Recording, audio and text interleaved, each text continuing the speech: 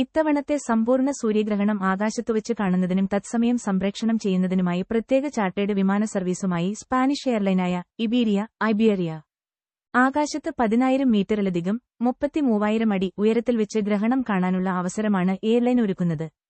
അതേസമയം ഇലോൺ മസ്കിന്റെ സ്റ്റാർലിങ്ക് സാങ്കേതികവിദ്യ അടിസ്ഥാനമാക്കിയുള്ള അതിവേഗ വൈഫൈ സേവനം ഉപയോഗപ്പെടുത്തിയായിരിക്കും എയർലൈൻ ഈ ആകാശവിസ്മയം ലോകമെമ്പാടുമുള്ള ആളുകളിലേക്ക് എത്തിക്കുന്നത്. വരുന്ന ഓഗസ്റ്റ് 12-നാണ് യൂറോപ്പിൽ സമ്പൂർണ്ണ സൂര്യഗ്രഹണം ദൃശ്യമാകുന്നത്.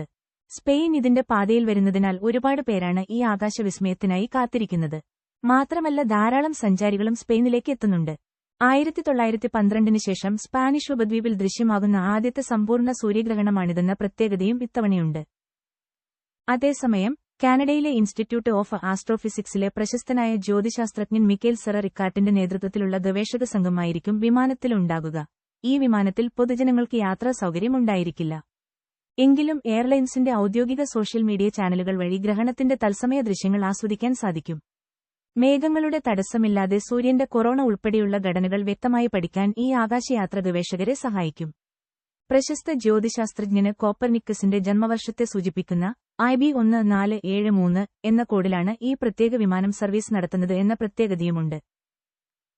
ഇന്ത്യയിൽ ദൃശ്യമാകുമോ? നാസയുടെ പറയുന്നത് പ്രകാരം ഓഗസ്റ്റ് 12-നാണ് സമ്പൂർണ്ണ സൂര്യഗ്രഹണം നടക്കുന്നത്. എന്നാൽ ഇന്ത്യൻ സമയക്രമമനുസരിച്ച് ഗ്രഹണം ആരംഭിക്കുന്നത് ഓഗസ്റ്റ് 12 രാത്രി വൈകിയും അവസാനിക്കുന്നത് ഓഗസ്റ്റ് 13 പുലർച്ചെയുമാണ്.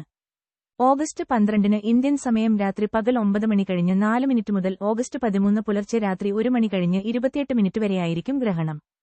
അർദ്ധരാത്രി ആയതുകൊണ്ട് തന്നെ ഓഗസ്റ്റ് 12-ലെ സമ്പൂർണ്ണ സൂര്യഗ്രഹണം ഇന്ത്യയിൽ ഒരിടത്തും ദൃശ്യമാകില്ല. എവിടെയെല്ലാം കാണാം? വടക്കേ Russia, Greenland, Iceland, North Atlantic, Spain, പോർച്ചുഗലിന്റെ ചെറിയൊരു ഭാഗം എന്നിവിടങ്ങളിലൂടെയാണ് ഗ്രഹണപാത കടന്നുപോകുന്നത്. യൂറോപ്പിന്റെ ഭൂരിഭാഗം പ്രദേശങ്ങൾ, കാനഡ, US-ന്റെ വടക്കേ ഭാഗങ്ങൾ, വടക്കുപടിഞ്ഞാറൻ ആഫ്രിക്ക എന്നിവിടങ്ങളിൽ ഭാഗിക ഗ്രഹണം ദൃശ്യമാകും. ഇന്ത്യയിലുള്ളവർക്ക് നേരിട്ട് കാണാൻ സാധിക്കില്ലെങ്കിലും ഓൺലൈൻ ലൈവ് സംപ്രേക്ഷണങ്ങളിലൂടെ ഈ വിസ്മയ കാഴ്ച ആസ്വദിക്കാവുന്നതാണ്. സൂര്യഗ്രഹണം.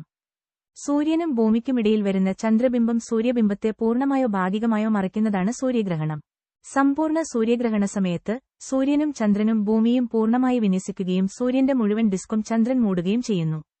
അതേസമയം ഭാഗിക സൂര്യഗ്രഹണ സമയത്ത് ഇവ മൂന്നും പൂർണ്ണമായി വിന്യസിക്കപ്പെടുന്നില്ല. അതിനാൽ സൂര്യന്റെ ഒരു ഭാഗം മാത്രമേ ചന്ദ്രനാൽ മൂടപ്പെടുകയുള്ളൂ.